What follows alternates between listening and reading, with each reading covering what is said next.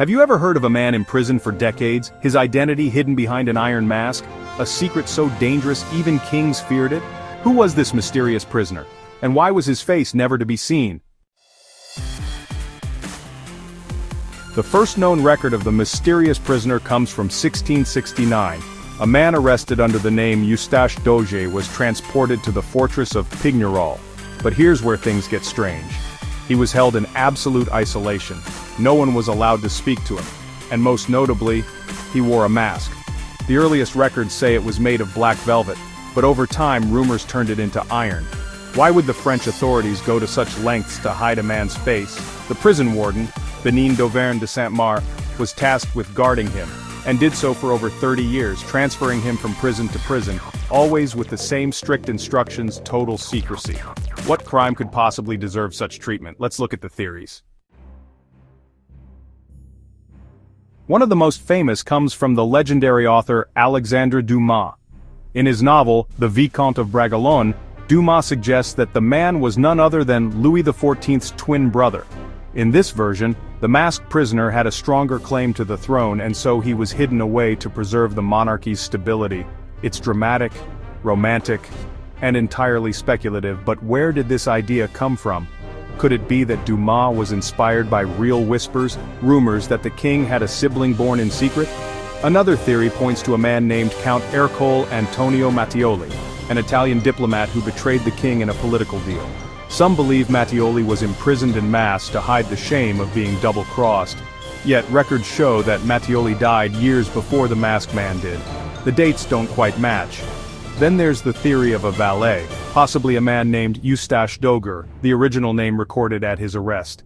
According to this theory, he may have known something scandalous, something that could threaten powerful people.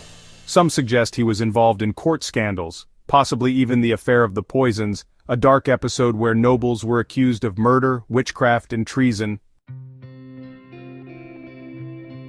But why the mask? Why go to such extreme lengths to keep him hidden? Some historians suggest that the mask wasn't always iron, but over time, storytellers exaggerated the tale. Perhaps the mask was a symbol, an attempt by the state to erase an identity, to silence a voice permanently.